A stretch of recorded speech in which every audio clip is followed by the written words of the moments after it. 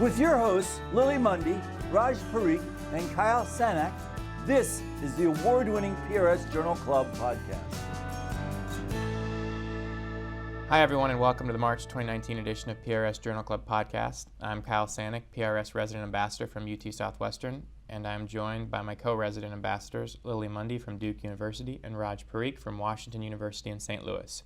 Today we have the honor of being joined by Dr. Summer Hanson, Assistant Professor and Director of Translational Research within the Department of Plastic Surgery at MD Anderson Cancer Center. Thank you so much for joining us, Dr. Hanson. Thank you for having me. The articles that we will discuss can be read for free on prsjournal.com, including an archive of all past Journal Club articles. The article we will be discussing today is Achieving Aesthetic Results in the Umbilical Float Mini-Abdominoplasty, Patient Selection and Surgical Technique by Drs. Wan, Hubbard, and Bird. So the purpose of the study was to assess the results of their mini-abdominoplasty umbilical float procedure and to review their indications and pearls for performing this procedure. They did this by performing a retrospective review of all patients who underwent umbilical float procedure from 2010 to 2017.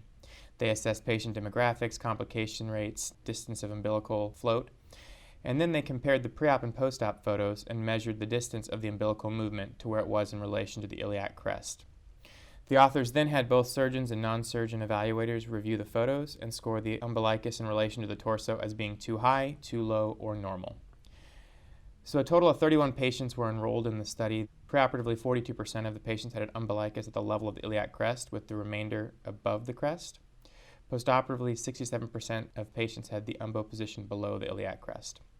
The 20 independent evaluators found the umbo to be too low in 5 patients, but all of these patients had a final umbilical position at the level of the ASIS, whereas a majority of the normal group had the umbo above the level of the ASIS. So I looked at this study and this article, and why I wanted to talk about it is there's a lot of talk about kind of a mini-abdominoplasty and umbilical float procedures kind of at meetings, but there's not a lot of data in the literature about the technical pearls of how you should actually do it, and more importantly, what candidates you should do it in.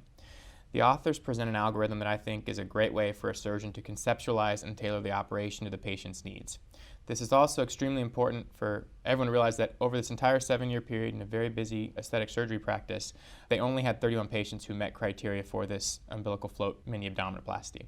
So I think it shows that the senior authors' strict criteria for evaluating supra and infraumbilical laxity or a low umbo and how that relates to this procedure and how important it really is. I think this is a great technique to use in the kind of that more athletic postpartum patient who just has some infraumbilical loose skin, and also a nice tool perhaps for that borderline liposuction patient where you're not sure if you can get enough skin contraction with liposuction alone, where the first stage you will do liposuction, and then if they don't contract enough, you'll do a little small infraumbilical excision. I do wish the authors would have commented on the evaluator's thoughts on the position of the umbilicus and if there are any differences between surgeons and non-surgeons, because I think knowing kind of what a layperson thinks of as a normal umbo position would be extremely valuable when planning the surgery in the future. Additionally, it would have been nice to see some form of patient outcome on this and what the patients thought of their umbo position, and perhaps this could be the next step in their study. I do also like that you could extrapolate this umbilical position not just to this mini-abdominoplasty procedure, but to all abdominoplasty procedures, as the umbilicus at the level of ASIS was considered too low by evaluators. So when placing my new umbo position, even for a traditional abdominoplasty, I need it to be slightly above the ASIS. So my question for you, Dr. Hanson, I wanted to see what you thought about this technique, if you've ever used the mini-abdominoplasty, and what your thoughts are on the umbilical float procedure. Well, thank you. That was a great summary. This is a really interesting paper on something that I actually don't do. Full disclosure, at a cancer hospital, so I really don't do a lot of elective cosmetic procedures like this.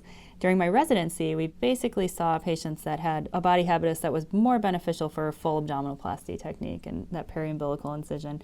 Sometimes, as you had mentioned already, liposuction, when you don't know if the skin is going to contract or not, and maybe a small soft tissue excision, maybe around an old C-section scar or something like that. But it's not something that I'm that familiar with, but I will say, specific to my practice, sometimes if I'm performing a deep flap for breast reconstruction or an abdominal wall reconstruction and hernia repair, and I'm worried about the blood supply to the umbo, either from previous abdominal surgery or umbilical hernia repair or something to that effect, I have actually removed it and basically created a new one and doing a neo-umbilicoplasty, similar to what they talk about in terms of the suturing to the abdominal wall at 3, 6, 9, 12, and in the center, and trying to hollow that out and tack it down.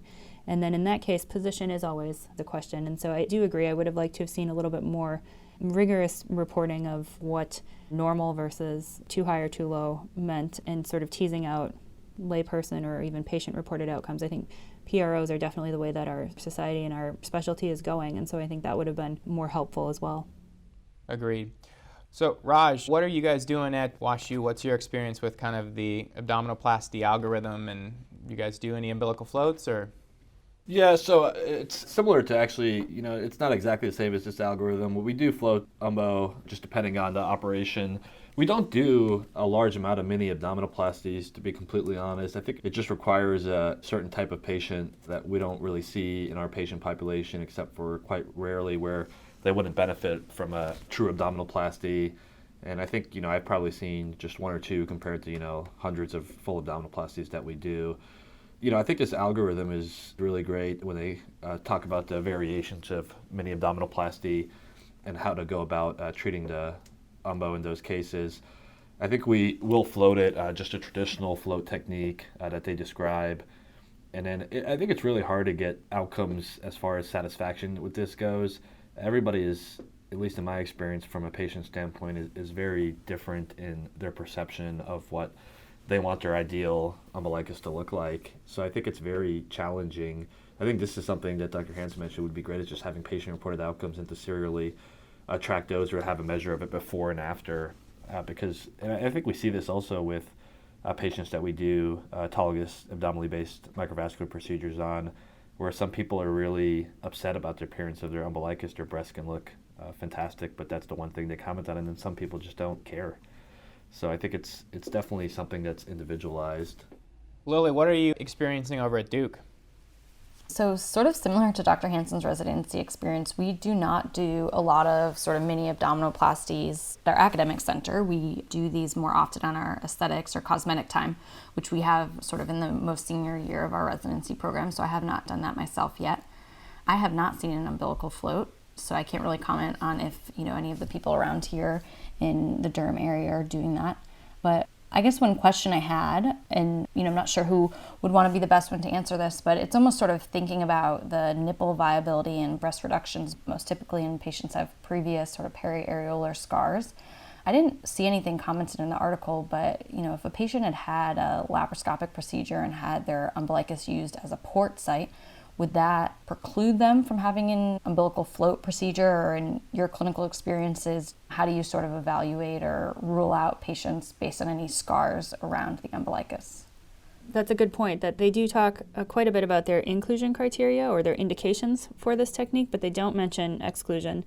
And as we had pointed out earlier, in all of their years of this retrospective review, they only have 31 cases. So I think they were very conservative in their patient selection.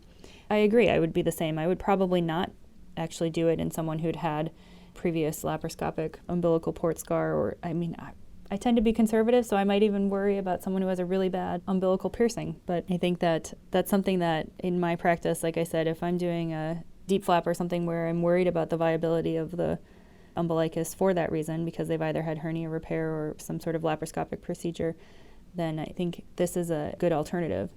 In my case, I'm not floating the umbo, I'm actually excising it and then recreating a new one, but I think a similar idea. I think that for the authors, it looks like that wasn't necessarily part of their inclusion criteria. They mentioned that they had done the umbilical float as a secondary procedure after prior abdominoplasties, and presumably they would have incised around the entire umbilicus with the first abdominoplasty. So I guess it must be one of those things where after a certain period of time, there's enough vascularity through the scar that you can still float the umbo, because it didn't seem like they had any umbilical losses, at least not from their data.